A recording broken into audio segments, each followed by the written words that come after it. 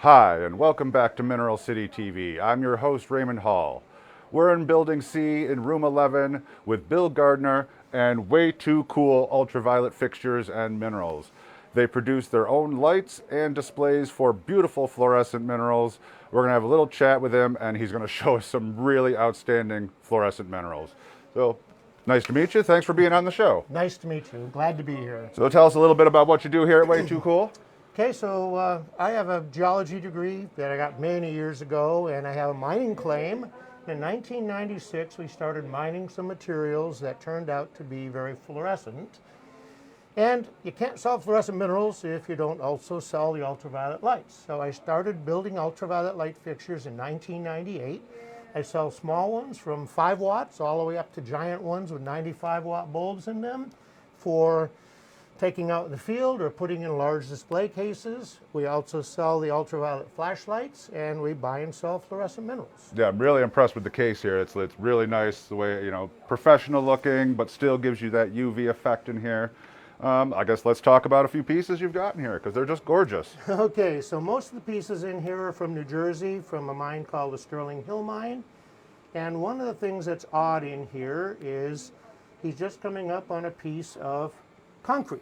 So people in the area there, when they wanted to make anything out of concrete for steps or foundations or curbs, they would go up to the mine, they would get chunks of the material that was left over, and they would get the sand, the fine sands. They'd mix it with their Portland cement and make concrete. So through the years, people figured out, hey, this is really cool fluorescence, and they chop it up and sell it as chunks of fluorescent concrete. So now the hardcore fluorescent collectors are running around New Jersey with lights to people's houses and checking their foundations and stuff, I guess, now. Absolutely, and they actually passed a bylaw in the town that you can't take any more of the concrete. So if somebody owns it because it's their old stair steps or something, they can sell it to you, but you can't go rip up the streets to get the concrete. Very interesting. And this is a piece of fluorite up in the upper right-hand corner, and that came from Madagascar, and that's highly fluorescent. Due to some trace elements. Usually it's europium. Pure fluorite doesn't fluoresce, but with some europium or dysprosium or some of the other rare earths, you get these beautiful fluorescent colors. Sure, absolutely. Out of the fluorite. That reminds me of the English color, when the English Yes, fluorites, they fluoresce a similar color. Absolutely, and that's exactly the same thing because it has europium in it, and they're actually looking to open up some rare earth mines up there now in that part of the UK. Sweet. So moving into this other display area, we've got a whole dark room over here with 4 or 5 cases in here with lots of great stuff. So one of the mining claims I have is called the Purple Passion Mine, and it was first discovered back in the late 1800s, and somebody had a mining claim on it up to about 1918, and then World War I, and they just disappeared. Somebody else mined it a little bit from about 1922 to 1927 or so, and then they stopped mining it. And then I came along in 1996 and started mining the material for wolfenite. But we never really found any really high dollar good wolfenite, but eventually we figured out the stuff was fluorescent, hence selling the lights and selling the rock. Sure. Now, this material is calcite, willemite, fluorite, and aragonite. So the calcite fluoresces this bright red, the willemite fluoresces a green, the aragonite fluoresces white, and the fluorite fluoresces a blue or a violet. This is one of my light fixtures with a 95-watt shortwave bulb in it and a 95-watt midwave bulb in it. So this material looks like this with shortwave on it. So you see the aragonite willemite mix there. You see some of the reds from the calcite, and you see some of the blues. If we switch to midwave, this is what the material looks like with just midwave UV on it. So you see all the calcite goes a brilliant scarlet and all the fluorite jumps out, but you don't see the aragonite or the willemite. Now if we put both on, we get this spectacular fluorescence out of this particular material. All 4 colors popping out. So that's from my Purple Passion Mine. That's in Yavapai County up near Wickenburg, Arizona. And then another locality here in Arizona that I don't have the mining claim on is this case directly below it.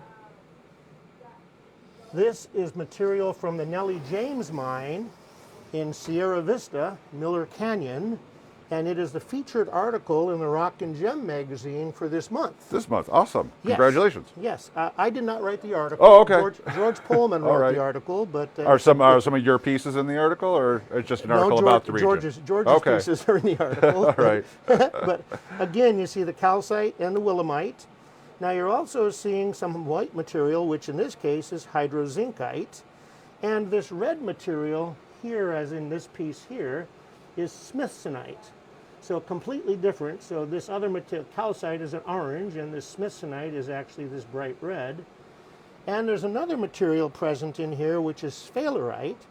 And sphalerite goes under long wave UV, this golden color, and it phosphoresces, meaning when you take away the light, it stays glowing for a little while. So here's a little explanation of fluorescence and phosphorescence.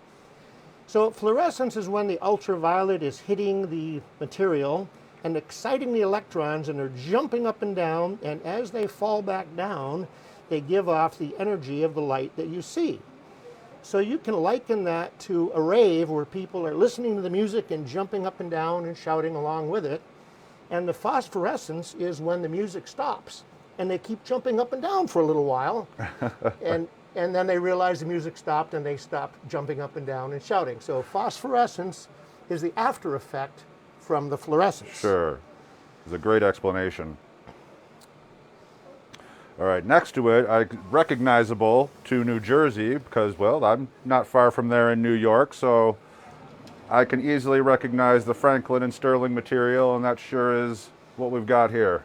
Yes, it is. And so some of this willemite actually fluoresces with the long wave flashlights fairly strongly. And there's two more pieces of the concrete material from there at Sterling Hill. And the explanation again, this bright color is where it's 5.5%. So I didn't say that. So calcite fluoresces red if it has between 5.5 and 15% manganese, replacing some of the calcium in the formula. 5.5% gets you this bright orange. Okay. If it's more or less than that, it'll be one of these other colors that we saw in the purple passion material. 5.5 gets you that color, anything else gets you a different red. And the willemite, some of it fluoresces, all of it seems to fluoresce brightly under the short wave, but some of it will actually fluoresce nicely under long wave also. So here's a long wave flashlight, and here's the piece fluorescing under the long wave. And this particular piece does not have any phosphorescence to it, but as you can see, it fluoresces nicely under both shortwave and long wave. The next case is materials from all over the world. Up in the upper left-hand corner, the material that's going pink is calcite from down near Monterrey, Mexico.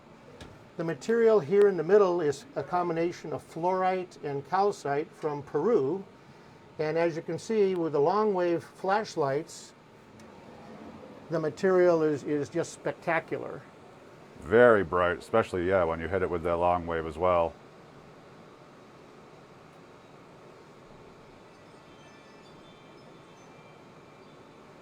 Okay. Now, this material goes 3 different colors under the different wavelengths.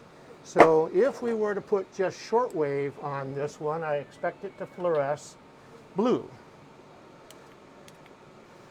So here you have some that you see this nice blue, you see this nice bluish white fluorescence, and it phosphoresces. So I'm going to take it out of the light, and you can see that it holds the glow for a little while. That's that phosphorescence that we talked about.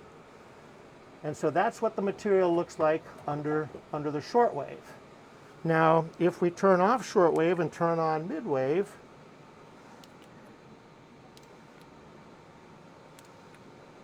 the material can go a yellowish color. And then if we turn off that and turn on long wave, the material goes pink. So that material fluoresces three different colors That's depending really on what interesting. wavelength you shine on it. And then if you turn all of them on, it kind of muddies the colors together because it's mixing the pink, the white, and the yellow together. Whereas some of these other materials, you just don't see a difference. Under shortwave they fluoresce, under long wave they don't, and that's the way it works. Or it's a similar color. or It's they not can be a similar color. Yeah. These yellow pieces in here are called Wernerite or Mionite. For many years it was called Mionite and Wernerite, and then somebody said, wait, they're the same thing, so now they want us all to call it Mionite rather than Wernerite. And it's a variety of scapolite. And it fluoresces very strongly under long wave, and these convoy flashlights that we sell will make any of these long wave minerals just jump out at you. Yes, I have a Convoy 8, so I can attest to how great those flashlights are. They are really, really good lights. So I actually have a patent on the use of the filters that go with these UV LED flashlights. And there are some people that are infringing, and we have a lawsuit going on right now about that. So eventually we'll get that all figured out. But this bright red you're seeing is eucryptite from China. And the speckles of white that you see in it are scheelite. And the orange that you see, for example, in this piece is some more of that calcite. So some of these pieces have calcite, scheelite, and eucryptite. This is material from my second mining claim. This is, I call the Hogan. It's a parallel vein to the Purple Passion vein. Okay. So I have two claims that are end to end, and I get this material from the Hogan claim. It differs from the Purple Passion. The colors are a little bit different, and it can have smithsonite in it, which can do a pale pink, a pale blue, or a crimson color like the smithsonite we saw from the Nellie James mine. This material to the right that you see, they call it watermelon rock because it has the pink calcite center and the chalcedony on the edges. And so that came from Oglala National Grasslands in, I believe it's North Dakota. So anyway, it's a really beautiful material, shortwave only. It's a unique color compared to all the others we've seen so far, for sure. And it's one of the few that you can stand up and have it look good, because the others you typically have to figure out what face to put forward. And this material, because it's of the layer, you just stand it up and it just looks great. Absolutely. There we got a couple more cases behind us. Now this material here is all from either here in Arizona or just over into New Mexico a little bit. The bottom row is calcite and scheelite from a mine called the Campo Bonito mine here in Oracle on the backside of Mount Lemmon, so it's close by. And all the material in this case was mined by one of the persons that works with me. His name is Nathaniel Johnson. And so those are some spectacular pieces of calcite scheelite. They actually mined a whole bunch of claims back in that area looking for the scheelite and looking for gold, and of course what they got. Next layer up is from a little mining district also close by. And you have a mix there of calcites and aragonites. And the next layer up from there has quite a bit of smithsonite mixed in with some hydrozincite. So the pinks and the reds and the lavenders that you see in that material are smithsonite. And then the next layer up is some new material, some marbly material that he's getting down in Duquesne County area, and just getting some really spectacular pieces out of there. And some of the minerals, we're not sure what they are. He sent them off to be X-ray identified to figure out what they are. Interesting color on those compared to others as well too. It's a soft blue. Yes, and the yellow that's in those ones, they're not quite sure what it is. There could be a couple of different minerals, and depending on what it turns out to be, it could be a new mineral here for Arizona. Not a new mineral, but just newly found in Arizona. Now the material on that top row is also mined right here in the Picacho mining district, and that is powellite and chalcedony. Now, powellite is one of the tungsten ores that fluoresces that nice yellow color, and scheelite is another tungsten ore, and that's the one that was fluorescing the bright white in the lower part of the cabinet. The third ore of tungsten is wolframite, and it doesn't fluoresce at all. So when you're out prospecting for scheelite, you look for either the bright white or the yellow, because those are two of your tungsten ores. The green that's in with those yellows up at the top is chalcedony, and it's got a uranium activator. Typically, uranium is going to activate many things to fluoresce green like that. Green. Okay. This case here is a mix of materials from all over. The bottom row on the left here is all from the Nellie James mine again in Sierra Vista.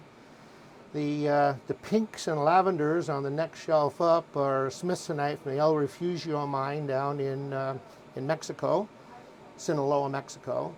The reds, greens, and blue combinations are from the Raymert mine right here in Arizona also. And the ones in the top row are from the Helvetia mining district, a combination of calcites and aragonites, and a few other things occasionally mixed in. And the pieces all the way over on the right again are more of the material from New Jersey, your calcites, your willemites. The orange material here is clinahedrite. So there's just a variety of minerals in there. There's also some really interesting slicken sides on some of these pieces. So you see the striations on there. That's where one rock rubbed up against the others. It was a fault zone, and it was movement that created that.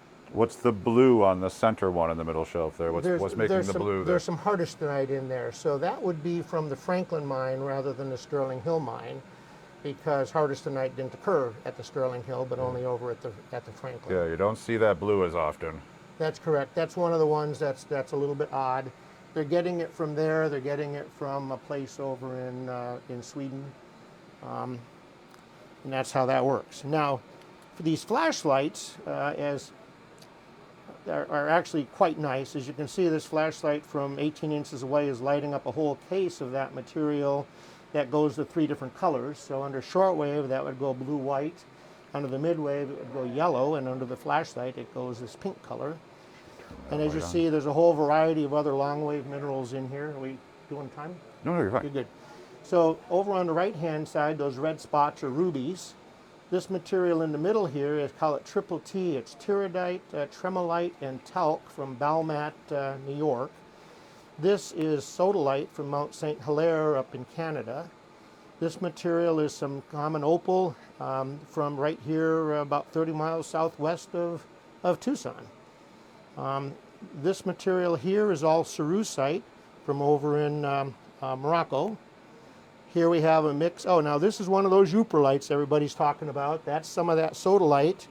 That's some of the sodalite that they found along the banks of the Great Lakes. And it's really just sodalite that got brought down from Canada by the glaciers, and it got tumble polished by the glaciers and left on anywhere there's glacial deposits there in that Michigan area. You'll find these mixed in with it. The blue is fluorite. This is kind of interesting material. This is root beer colored fluorite, and the petroleum in it is what makes it the root beer color, and the fluorescence is due to the petroleum, and it has a strong phosphorescence on some of the pieces as well. Yeah, everyone saw that fade on the camera. That was a nice fade on that one. And sometimes the fade is a little, let's see if we can find one that's got a better, not quite so well either. They definitely saw it on camera. It was pretty visible. Okay. Very cool. And then these materials are something new to me, and I haven't seen them around before. It's something that really, now that we have these strong flashlights, they're finding more and more things that fluoresce with them that wouldn't normally fluoresce under other stuff. So they were called Oklahoma mud balls. And they were concretions that dried out to be hollow and then filled in with calcite and aragonites and sometimes fluorite and barite. And there's also a strong phosphorescent with this called the brief intense phosphorescence, which will be red. And that's a new find. It's relatively new as far as the fluorescent minerals are concerned. Some people, they've known about them for years, of course, but nobody really picked up. So you can just see the weird patterns in it. You see there's several different layers of the calcite in there. Now let's see if we can get the good red fade on this one.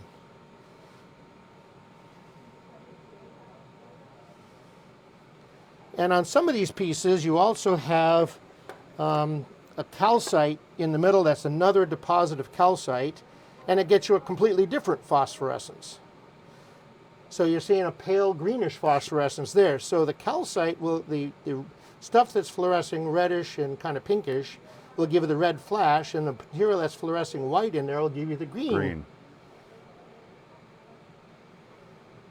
Almost looks alien.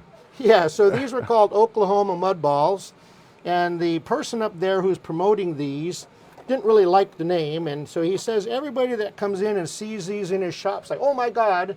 So he wants to rebrand it as Omgite, O-M-G-I-T-E, Omgite, for oh my God. Sure. Well, those are great, Bill. I can't thank you enough for showing us all these amazing, we'll step out here in the light, we can finish up here. Just beautiful specimens. Anyone here in Tucson looking for fluorescent fixtures or some really great knowledge on fluorescent minerals, please stop into Building C, check out Way Too Cool and Bill. Thank you so much. Thank you very much. We will actually be skipping our 3 p.m. show today, as I will be preparing for a different live show in my personal group, the COVID Home Gem Show. Shameless plug there. We'll be going live, lots of shows in that group as well. We'll see you all tomorrow morning at 11 p.m. or 11 a.m. Mountain Time.